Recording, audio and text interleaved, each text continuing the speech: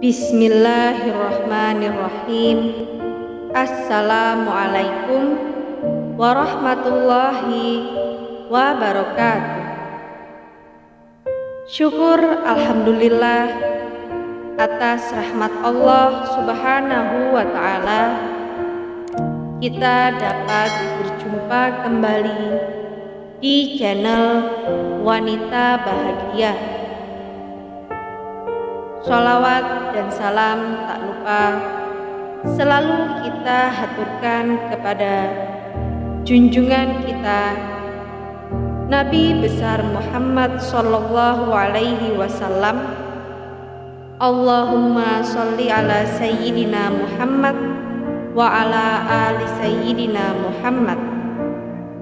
Semoga kita semua selalu dimudahkan urusannya, dimurahkan rezekinya, diberikan kesehatan, serta diampuni dosa-dosanya.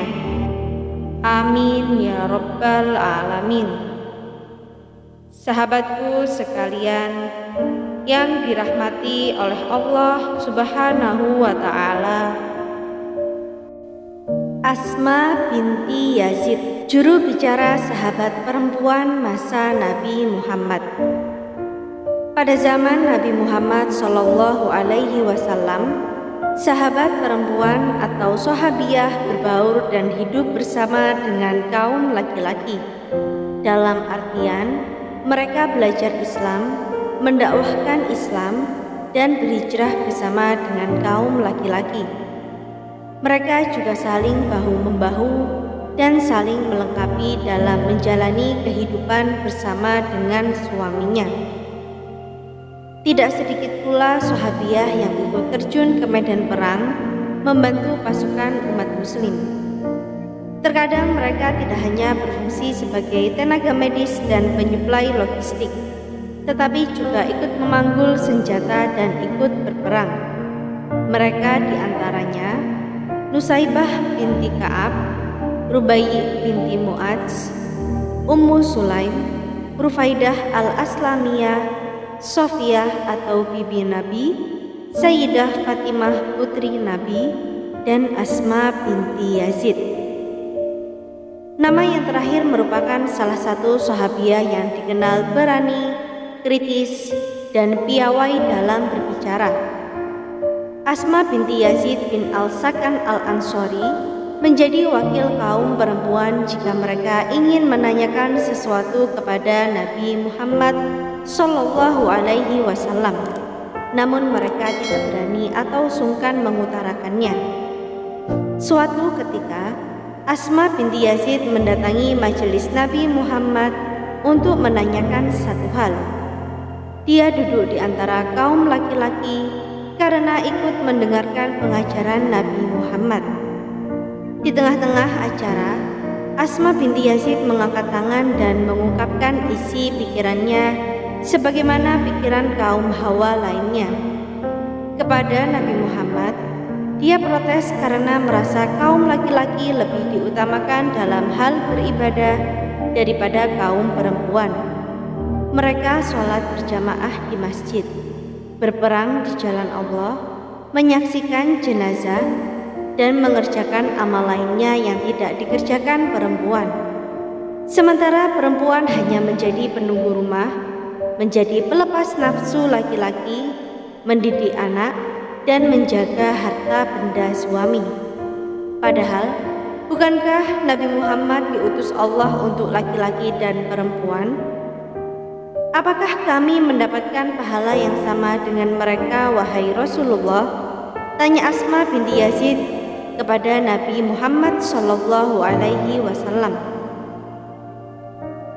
Disebutkan Nizar Abazah dalam sejarah Madinah tahun 2017, Nabi Muhammad kagum dengan ucapan, pikiran, dan pertanyaan Asma binti Yazid tersebut.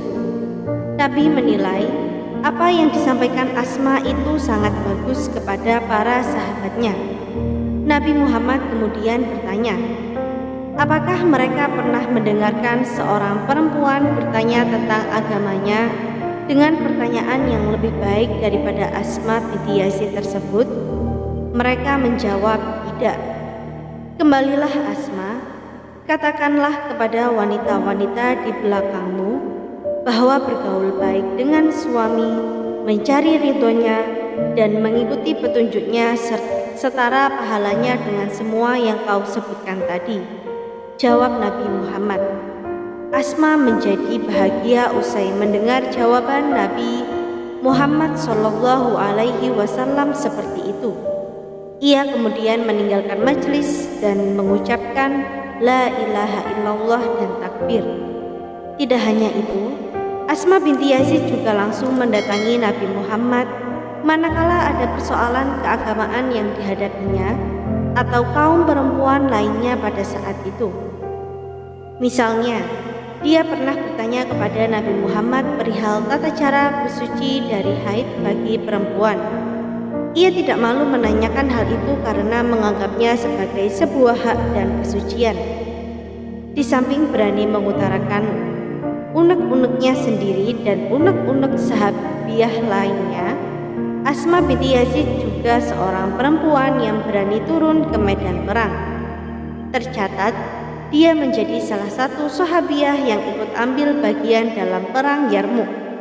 Ketika itu, dia diriwayatkan berhasil membunuh 9 tentara Romawi. Asma binti Yazid wafat pada tahun ke-30 Hijriah atau 17 tahun setelah mengikuti perang Yarmuk. Sepanjang hidupnya, dia berhasil meriwayatkan 81 hadis Nabi Muhammad. Di antara ulama hadis terkemuka yang meriwayatkan hadis dari Asma binti Yazid di antaranya Abu Daud, At-Tirmizi, An-Nasai, Ibnu Majah. Semoga apa yang kami sampaikan kali ini bermanfaat untuk kita semua dan menjadi ladang pahala. Jangan lupa untuk menekan tombol like dan subscribe, dan juga nyalakan lonceng notifikasinya agar Anda tidak ketinggalan video terbaru dari Wanita Bahagia. Sampai jumpa di video kami selanjutnya. Sekian dan terima kasih banyak. Wassalamualaikum warahmatullahi wabarakatuh.